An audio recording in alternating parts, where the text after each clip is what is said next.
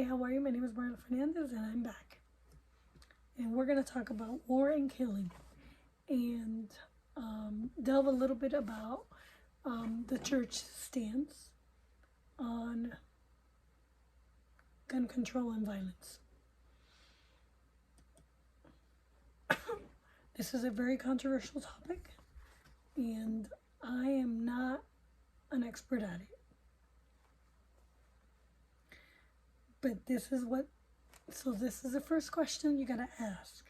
Is it always sinful to wage war? And St.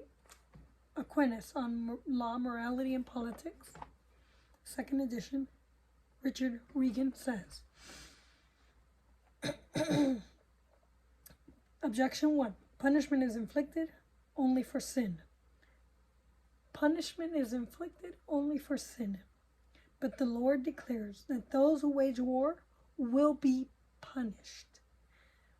Matthew 26:52 says, those who take to the sword will perish by the sword. Therefore all wars are sinful. Objection 2. Everything contrary to a divine precept is a sin, but waging war is contrary to a divine precept, since Matthew 5:39 says, I tell you not to resist evil. Romans 12:19 says, do not defend yourself, dearly beloved, but leave it to God's wrath. Therefore, it is always sinful to wage war. Objection 3. Only sin is contrary to a virtuous act, but war is contrary to peace. Therefore, war is always sin. Every exercise regarding something lawful is lawful, as is clearly the case with scientific exercises. But the church prohibits the warlike exercises in tournaments, since the church denies those who die in such contexts Christian burial. Therefore, war seems to be absolutely sinful. On the contrary, Augustine says in a sermon on the centurion's servant, if Christian teaching were altogether to condemn war, the soldiers in the gospel who thought solitary advice, Luke 3:14, would have been told to cast aside their arms and abandon military service altogether. But Christ told them, do violence to no one, and be content with your pay. And if Christ condemned them to be satisfied with their pay, he did not forbid military service. I answer that 3 things are required for a war to be just.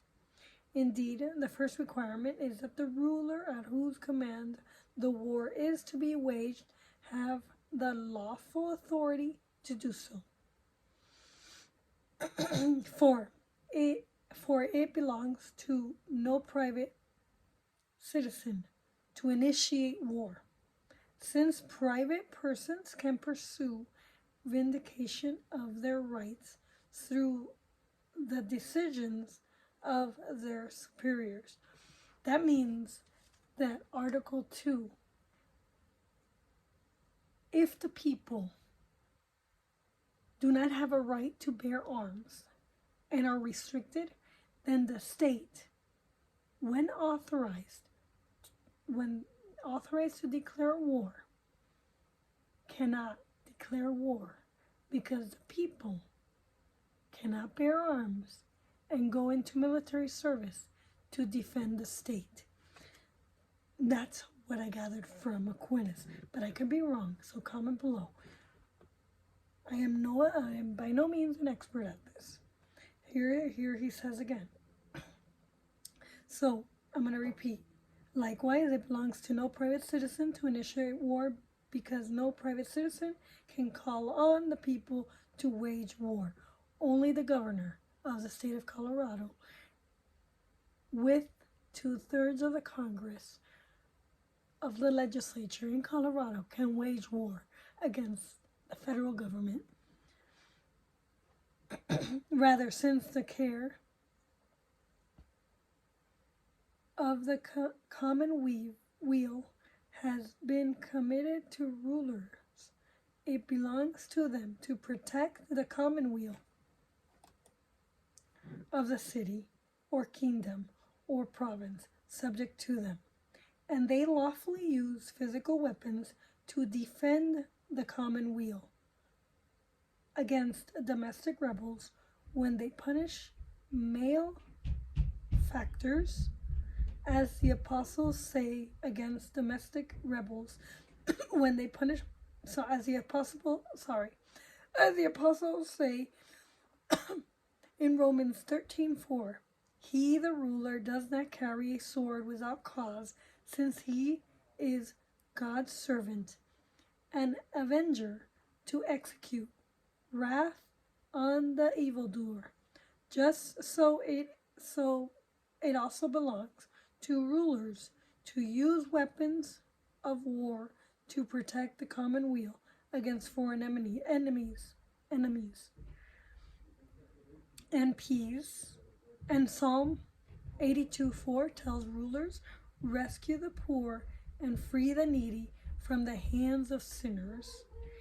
And so Augustine says in his work against Faustus, the natural order conclusive to peace among mortals requires that the legitimate authority to undertake war and deliberation regarding war in the hands of rulers.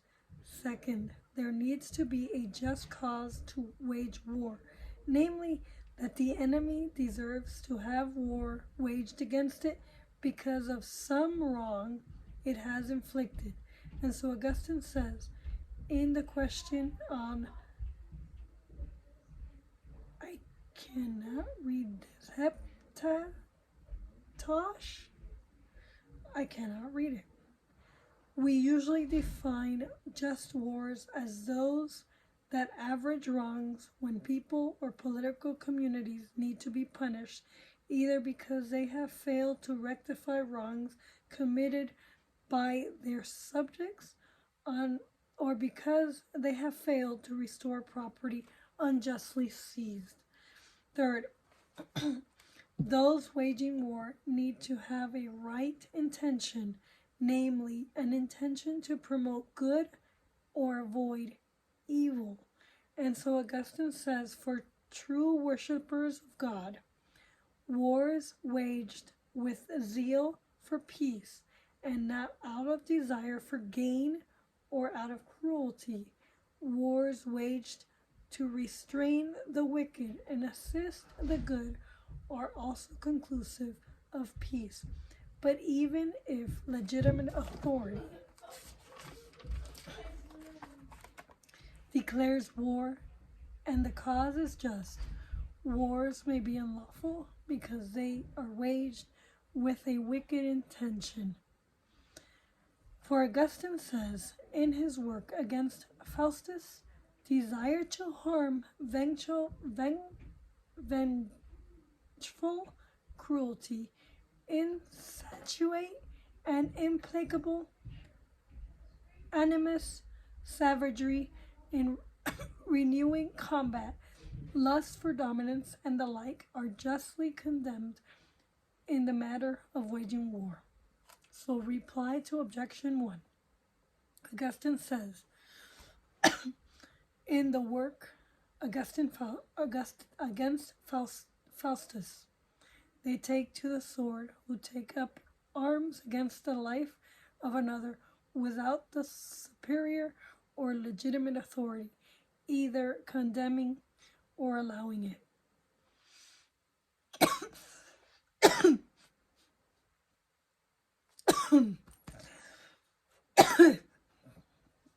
But those who use the sword by the authority of a ruler or a judge, if they be private citizens or out of zeal for justice and by the authority of God, as it were, if they be public officials, do not themselves take to the sword Rather, they use the sword committed to them by another, and so they do not deserve punishment. Still, even those who use the sword sinfully are not always slain by the sword, although they always perish by their own sword, since they are eternally punished for their sinful use of the sword unless they repent. Objection 2. Reply to Objection 2. As Augustine says in his work on the Lord's Sermon on the Mount, human beings should always observe such precepts in readiness of spirit, namely, that they be ready, if necessary, not to resist and not to defend themselves, but one sometimes should act otherwise for the sake of the common good, and also for the good of those against whom one is fighting. And so Augustine says in the letter to Marcellinus, we should always do many things to those whom we punish with a kindly severity against their will. For they are beneficially vanquished, who are snatched from the licentiousness of sin.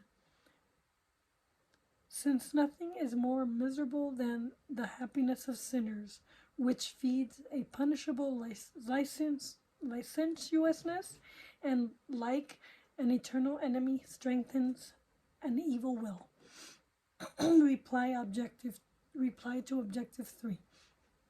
Even those who wage just wars strive for peace, and so they are only contrary to the evil peace that the Lord did not come to send upon the earth, as in Matthew 10:34 says. And so Augustine says in a letter to Boniface, we do not seek peace in order to wage war. Rather, we wage war in order to achieve peace. Therefore, be peacemakers in waging war, so that you may, in winning, bring those against you whom you war to the benefit of peace. Reply to Objective 4. Not all military exercises by human beings are forbidden. Rather, only disordered and dangerous military exercises that give rise to slayings and plundering are forbidden. And the ancients took part in military exercise without such risks.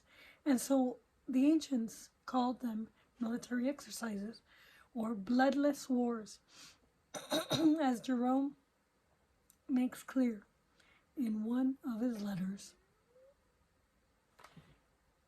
And with that, the current Pope has said,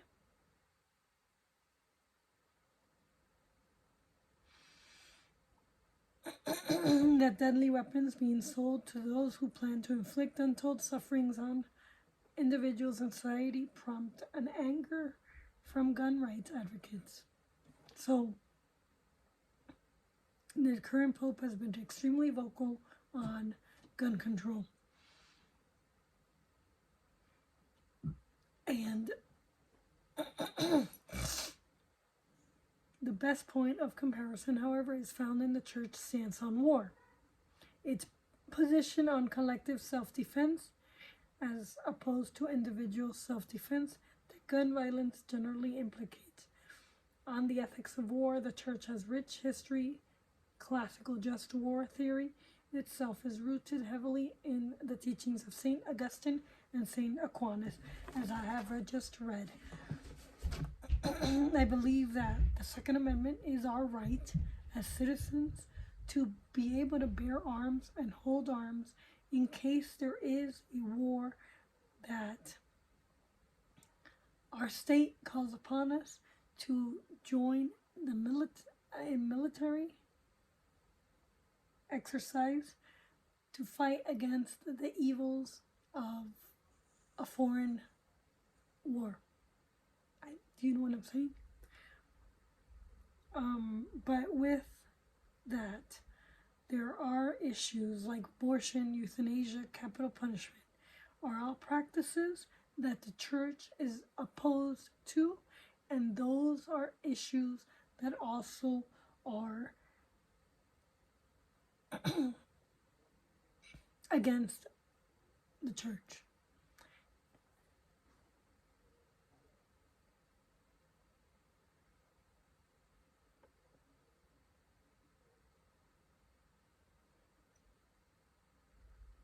I hope you like this reading of St. Aquinas, and if you'd like to discuss it more, I believe that the Second Amendment is clear. And in another video, I will explain how thou shalt not have any laws infringing upon our right to own and bear arms. We have a right to own and bear arms and to defend ourselves, and if the state were to call a war against the federal government, then Governor Polis is able to say, we are going to war with President Biden and the United States of America. And the governor is totally able to wage a war to defend its borders, and that would be a justified war, and hopefully leading to peace. That is my take on it. You cannot infringe on the law-abiding citizens' right to wage war. You can only punish those people who are mentally ill and sick, and those people you have a right to punish with a crime for murder and homicide. Until next time, I will read the Second Amendment and Thomas Jefferson stands.